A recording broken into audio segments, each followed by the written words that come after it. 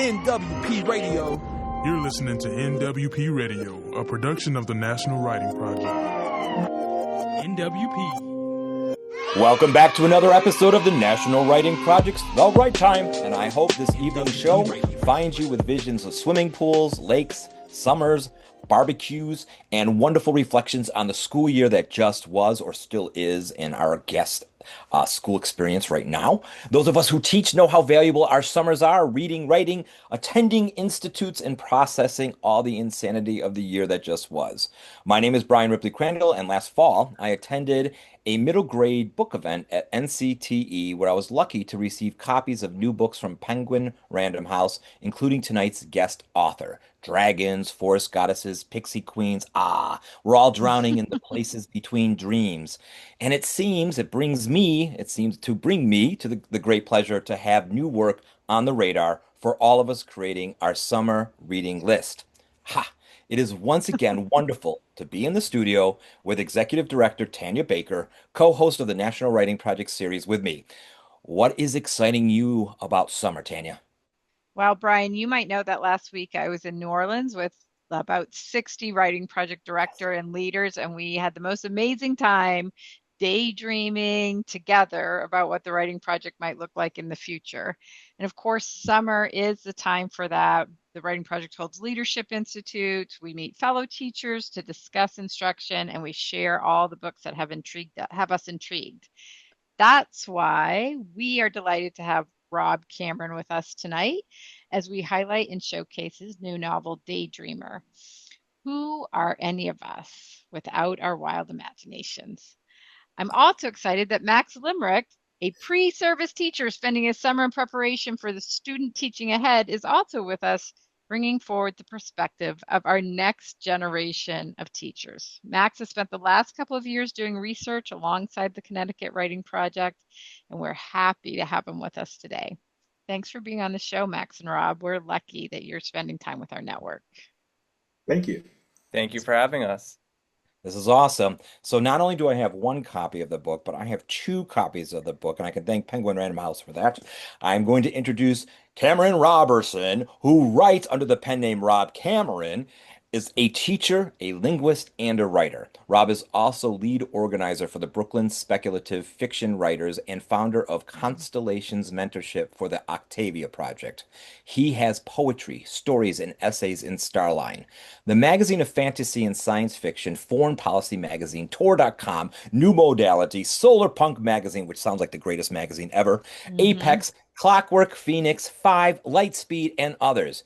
Daydreamer, his debut middle grade novel, is a finalist for the Andre Norton, the Nebula Award for middle grade and YA.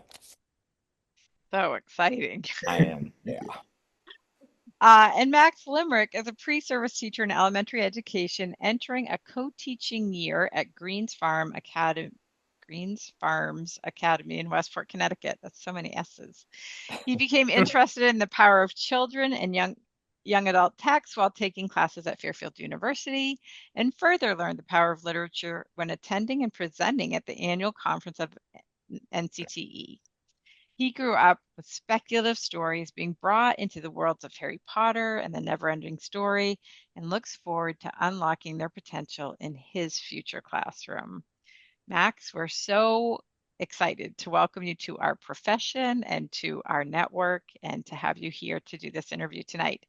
I am going to go ahead and put up this slide where you have shared an idea for a writing prompt to get us started.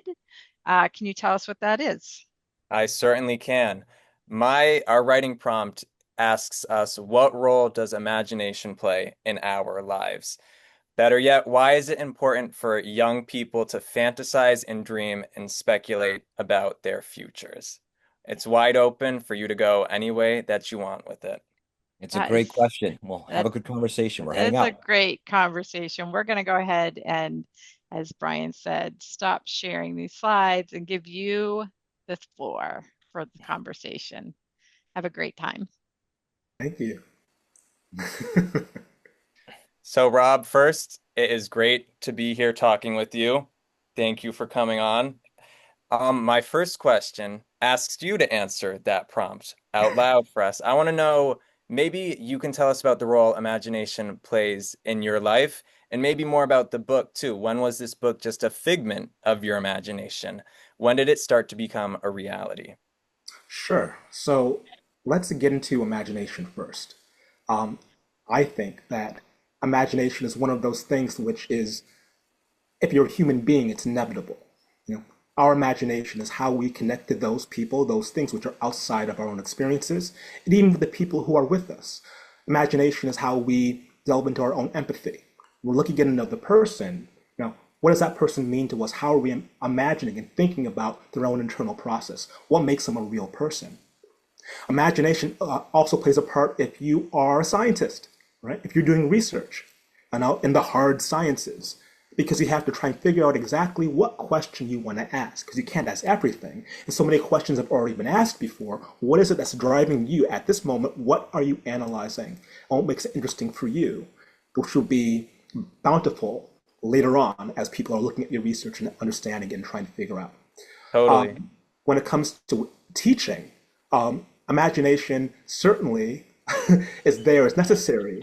When you get a curriculum that isn't quite fitting, you gotta try to figure out how do you make this moment we have with the students, be it 30 minutes, 50 minutes, or some or less, matter to them. Because if you really step back and you think about it, you know, maybe if you remember, elementary school goes by in a blast. You know, fourth grade goes by in a blast. So the question is, what is going to be memorable? It's going to be those things which they connected to directly, and imagination allows for us to connect to those things as well. And particularly how the students are going to connect, how the teachers connect, all of these things. And as a writer, imagination is fundamental because you're always trying to figure out what it is that's driving you to the story. Imagination is how you take the ideas that you've been reading, the things that you've been experiencing, the things that you saw in the movie, you know, and how do you put that into your own words? Imagination is how you make poetry work, you know, all of it. This is imagination. So it's really inevitable. The question then is how much of your imagination is refined, because that refined imagination is going to be your tool as a teacher to try and connect with your students and the curriculum, the content, and what you want them to produce. As a child, I was really, really deeply into fantasy very early on. When I was 8, my mom gave me Dragonlance Chronicles. And I was an early nerd, an early geek. I played Dungeons and Dragons all the way through elementary school. I made my own spell book. And then I came back to New York City as an adult and still Dungeons and Dragons. I have a group I still play with today. We do different systems. And, you know, you're constantly trying to recreate and gamify. And I even sometimes use Dungeons and Dragons or role playing in my storytelling and also in my teaching as well.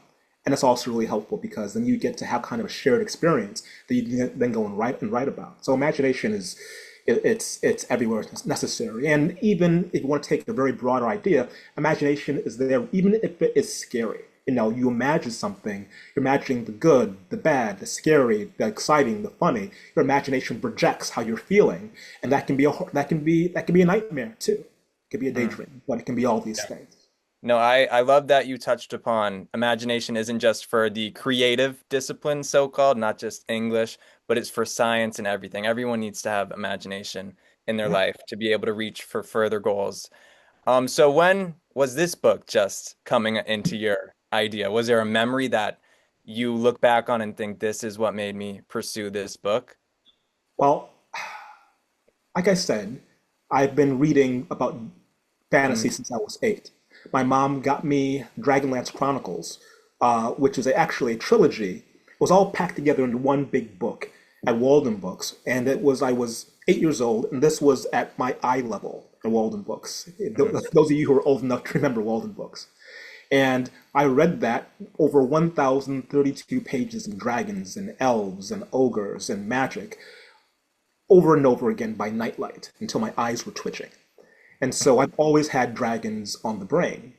And as you grow older, you start to connect these things to your own emotions, your own life. And then when I really started writing, when I came to New York City, I joined an organization called, well, in the bio, Brooklyn Speculative Fiction Writers. And they taught me how to write. And Daydreamer started off as a short story, but I just kept on writing because as soon as Charles and Glory appeared on the page, it was like I knew them. I just had to explore where they were going, what the story was actually about. I had to do it. Yeah. And so Charles is one of the main characters. And before you even begin the book, you introduce Charles and you also introduce a little personal note where Mhm. you tell us about Charles and his neurodivergency, but you also note his similarity to you. Can you offer your understanding of neurodivergency and how it plays a role in this book? To me, it seems like that's a new term that is entering the educational landscape. Sure. And one of the great things about it being new is that it's not calcified. When we start talking about things like disability, there's a lot built up around that word for good and for ill. There are medical definitions, there are legal definitions, there's funding tied to the word disability. But what neurodivergence is, at least for me, at least right now, it's a term of art. It's a way of thinking about the people who we might categorize as neurodivergent or disability without immediately going to what they can't do, the disability. And it broadens that. And whenever I think about this, and then when I think about the idea of this, the basic idea of neurodiversity, I think if there's a game. But for me, I know the French version of the French name of the game. It's called Dabble, and maybe you've heard of it, you've seen it before. I think it's called.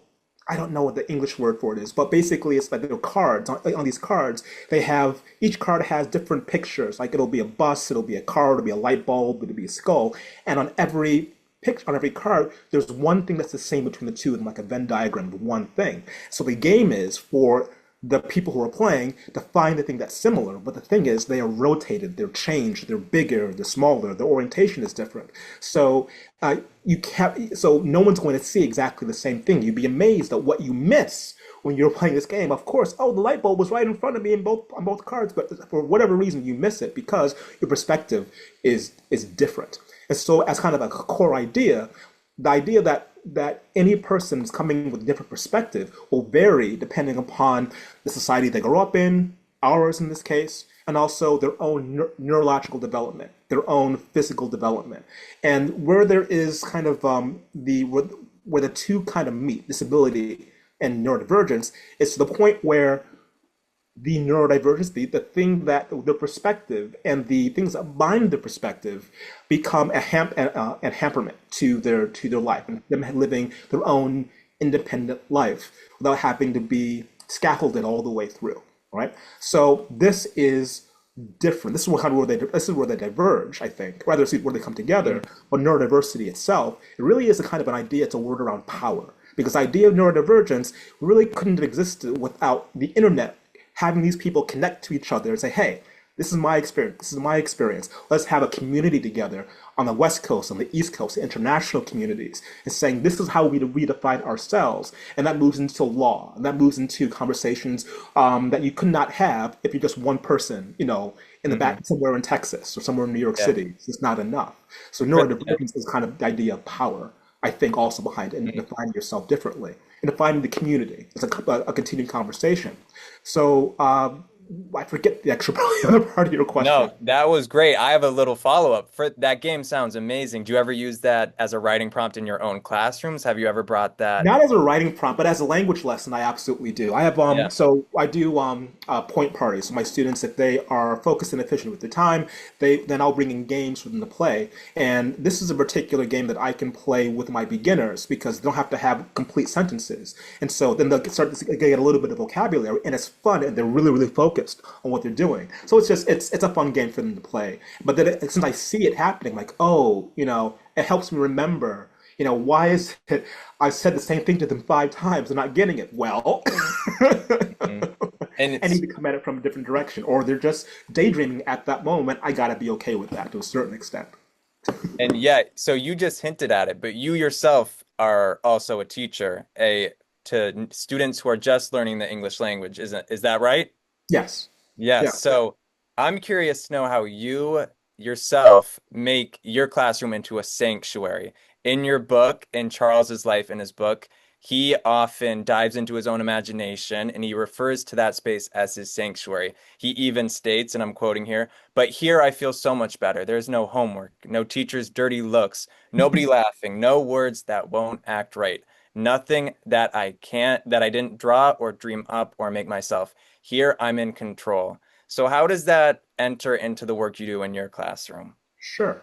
So this is a complicated question. And I say complicated because we're talking to students and we're talking to teachers. And one thing that always has to be understood is that the teacher has two jobs, right? One is the academic job, and other one is the socializing job. And those two things kind of have to go hand in hand. The curriculum itself often does not directly approach the socializing, and it really is about the task, the goal. This is the teaching point you need to get to. So it's always kind of in the forefront of a teacher's mind. Am I getting to this? Am I getting to this point with my students? And to make it a sanctuary, one of the things that I feel is really important is time and space, and just a little bit of distance between your reactions as a teacher and the students. Because often we go in with kind of gut reactions to how people are talking to us. And maybe you've seen it, or a teacher will shout at a kid or react in a way that feels like the way that they were talked to when they were a student, when they were a child, when they go home, without having that kind of that distance to say, okay, this is how they're engaging in this space. I need to engage a little bit differently as well. So there was that space, a kind of that personal space to understand that they have a mind that's of their own, which may not be with what you want them to do. So how do you kind of merge those two wherever possible? And also comes to the curriculum, one of the things that I find really helpful is that if there's time allowed in the content for students to sit and just read and have some space where they're not being talked to, not being talked at. Let's just enjoy the book, because ultimately we want them to walk away with two things. One, being able to read, and two, enjoying the reading process. And the way that we enjoy the reading process, which is not the scrolling process, it's the left to right process. It's the, oh my gosh, what's going to happen on the next page process. It's the, oh, I just learned an amazing idea. Where can I find more ideas? Now I want to talk about it. So we want that moment for them. And that doesn't come unless we allow for and kind of build that sanctuary space and think of it as a sanctuary space to enjoy the skill. Beyond the skill, the content, the story. Did you get it? Did you enjoy it? What are your thoughts in it? What was not so much that was what was obligatory for it about it, but what got you thinking about it? The open-ended question.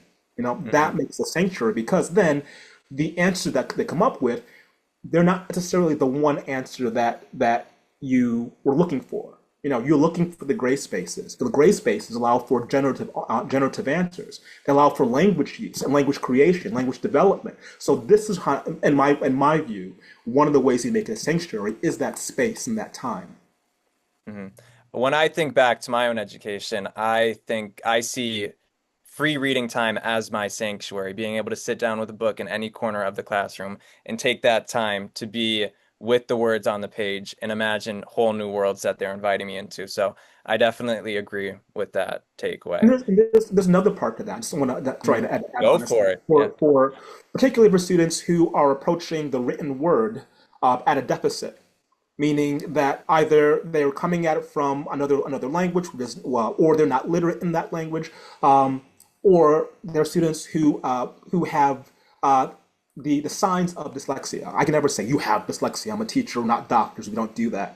But to say we notice these things, then trying to find other ways to be involved in the storytelling process. There's so many different ways. So it's being able to talk about a story, being able to get the audio recording of the story, it's being able to hear it in your own language. It's being able to do storytelling. Storytelling is super, super important in any language, and it transfers. So being able to engage in that and not being walled off because that particular skill is still something that you have not achieved yet to the efficiency that we require for the grade level. Yeah. Just one little extra question. What is your favorite part of teaching English to speakers of the new language, to speakers who are new to the English language? Good question. It depends. It really depends. So sometimes it's just getting to know them. Part of language teaching is, for me anyways, getting to a state of mind with them where they're conversational, right? In English or their other language, or conversational, so they feel comfortable enough to talk, to laugh, to have fun, to chill, to be angry if they need to be. So that's really important to me too. And then also there's also trying to find different ways for them to enjoy being in the room with me. There was years ago, I had 4 students from different parts of the Caribbean and from Central America and South America, who all spoke Spanish, but they spoke different forms of Spanish. Yes. And so we had a poem that we were looking at, a very short poem, and it was in Spanish, the poem. No, take it back. No, it was in English. So there was an English, but one of the students also was bilingual. So they were having a conversation about how you would translate this into your form of Spanish. And for each one, it was different. And now I have to talk, oh, why does this word different here? But it's the same language. They're having a conversation around an English word in their own language, which is memorable for them and mind-blowing for me because I didn't know that was going to happen until they started doing it. So there's always like this kind of work with words can be very generative. Yeah, what a beautiful activity that ties into imagination, certainly. Right? Let's get back to your book, though. So the title of your book is Daydreamer. Originally, you write, it was going to be called Glory, presumably after the dragon in the story. Right. But why did you change? What made that change happen? Why did it change also to a word that students might often be chastised for, being told to stop daydreaming and pay attention or no more staring out the window? Those are tropes of that school. So did you embrace daydreaming or does it have other meanings? So it came as a last second change, really before I handed in the final draft to the editor. So when it was Glory, obviously because it's one of the main characters, Glory, and Glory is not a spoiler, a dragon, and he's such an important thing. And dragons are such an important and powerful being that it kind of takes over the space, it takes over the room, takes over the imagination, because it is both the things a combination of the things that we fear. It's claws and big teeth and it's loud noises. You hear dragon roars like thunder. It's like all the things like snakes. It's all the things that a composite of what we're afraid of, and one massive scary being. At the same time, though, fire, which is a key component of being a dragon, is one of those few things which we're not evolved to be afraid of. We're evolved to move towards. And so you have this thing which is a fascination for us, necessary for us to survive and be human, combined with the things that we're afraid of, anciently afraid of. So it had always been this thing that I thought was going to be the main focus of the story. And also his name is Glory. And Glory is one of those things that we aspire to, right? Particularly young boys. We want glory on the field of battle, and in the sports, winning a game. And they often imagine their own glory. They make their own fables out of it. Yeah. Exactly. It's a hero's journey, right? The hero's journey is about finding glory, So it's a projection. And I thought this was very, very important for me as a writer, but also at a certain level, it's cerebral. And Glory still is not the main character, right? The main character is Charles. So how can I bring it back to him? Because the story is told from his perspective. It's first person. So, and when in the first person perspective, I'm shifting back and forth between what's real and what's not. His real is reality, his daydreams, and the gray area in between. So it makes much more sense that would be the main focus, because his daydreams, like you said, what he gets in trouble for, but it's also where he escapes to. Mm-hmm. So yeah, protection, but it also offers a little bit of both there. And danger. Yeah, so not on the topic of danger, but on the topic of like how you see yourself. Charles sees himself not as a good kid because he equates being a good kid to being smart at school, which is tough for him because he says he cannot read. For teachers, how can we break this narrative where students see themselves only as good as their grades? Do you see that? Yeah. Yeah, I mean, that's really hard because it is. I'm coming from a first generation, family, American family. So the pressure to not just go to school, but to be really good at school, it's there because there's so much riding on your back. And for Charles, his mom does well at school. She's in school. She's working so hard. She also holds down 2 jobs. So the expectations are super high, and I think for anybody who's coming in for that, who has to walk in those shoes, or quite frankly, anyone who has to meet someone else's obligations, I think it's really important that we give them space. And it goes back to that idea of making sure that our reactions as teachers are not autonomic. We're actually taking time to see what is not so much wrong, but what is the situation. I think that's really important. And that goes beyond curriculum, that goes beyond content. It's being able to take the time that this person that comes in front of you, they're growing and they're changing. And I see that myself, my own daughters, in my head, they're always at one age until they surprise me and do something which is clearly, a level up from where they were. And so I always have to recalibrate and say, this is the person that's in front of me. How am I dealing with them here and now? And it's almost a Zen thing. We have to kind of get outside your body a little bit. Yeah. Charles also, he deals with a little bit of isolation throughout. And it's tough to see. Were there any fixes to that, or what is that process? To isolation? Yeah, to his isolation in school. Well, one of the things about the story is that it takes place in the 1980s, specifically because what we know now is different from what we knew then.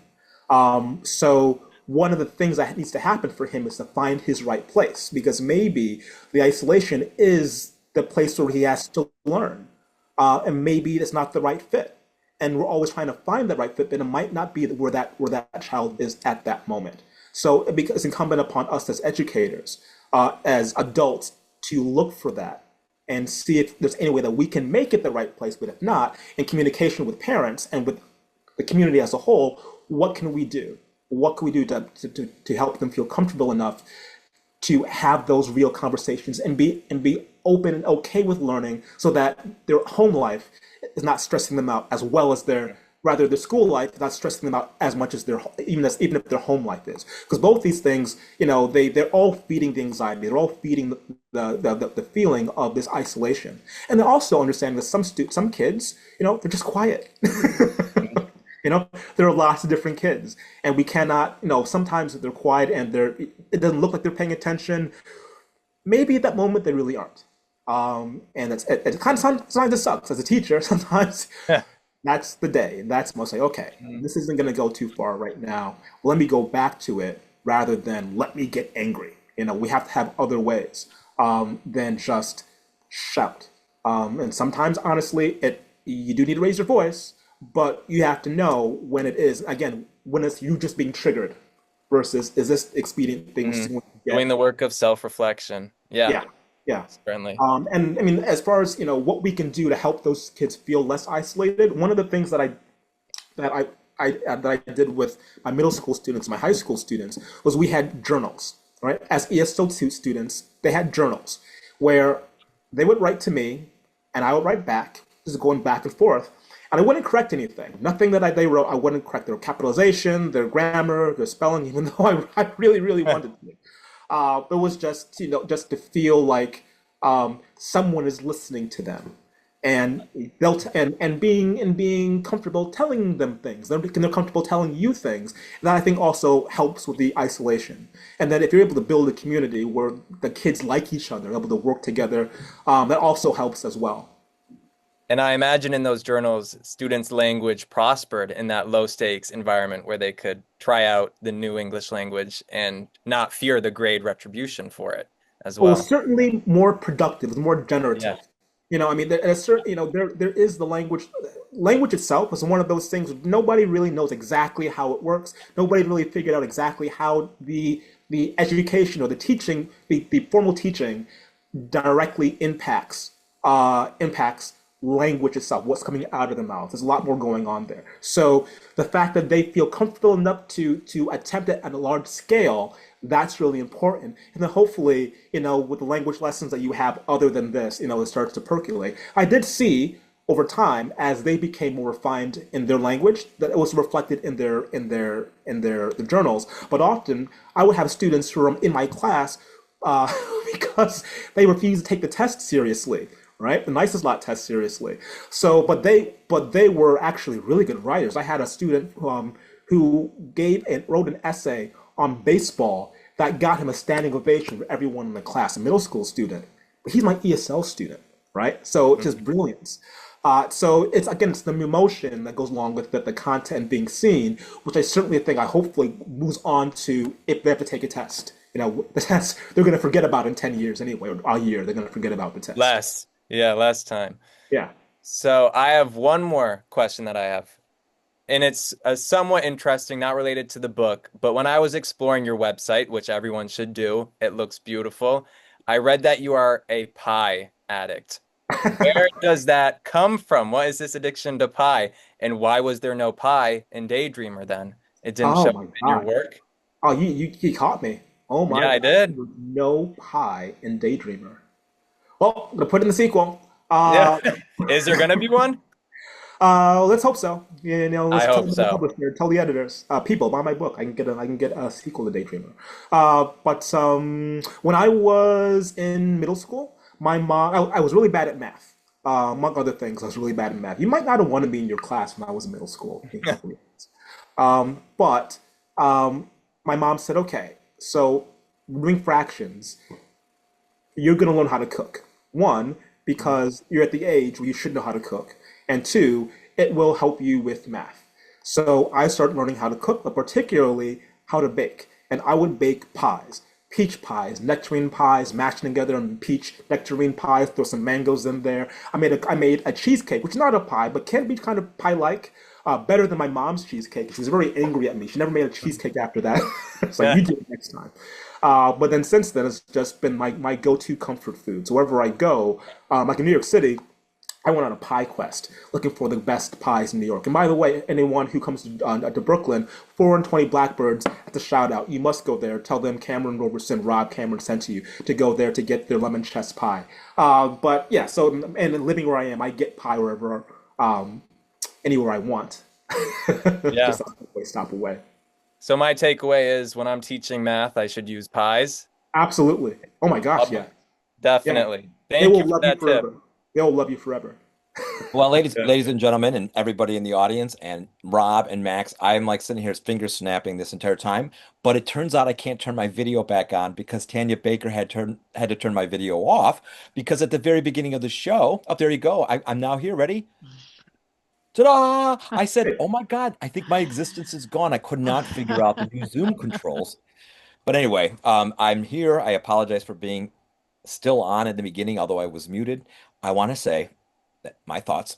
I love that imagination is a sanctuary. It is a sanctuary. I love that you are finding ways to make words generative for the English language learners in your presence. I love the way you use journal writing, and I think it's so special when we have a writer who also is a K-12 teacher right? Because it was just that the idea of the card game and bringing different perspectives in the world and how you use that to get your kids talking. And I was thinking about our network, the Writing Project Network. We know so much about the importance of community, and that community is built by having shared language experiences. And that card game sounds exceptional. And it actually parallels some of the work that Max Limric has been doing as a undergraduate research about the power of play and music and having fun when teaching.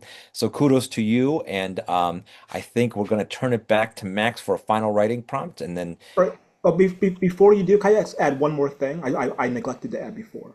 sure. Sure. So when I was talking about space, I also meant like emotional space.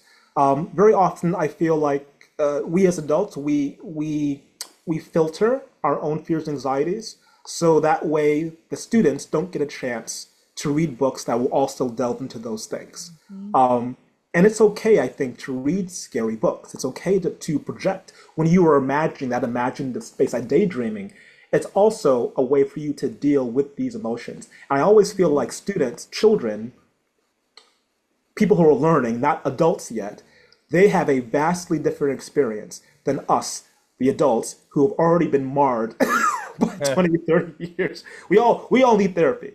So the books that really kind of that go into these scary moments, these emotionally fraught moments, I think are really important places, books to teach, because there's so much conversation that can come out of that.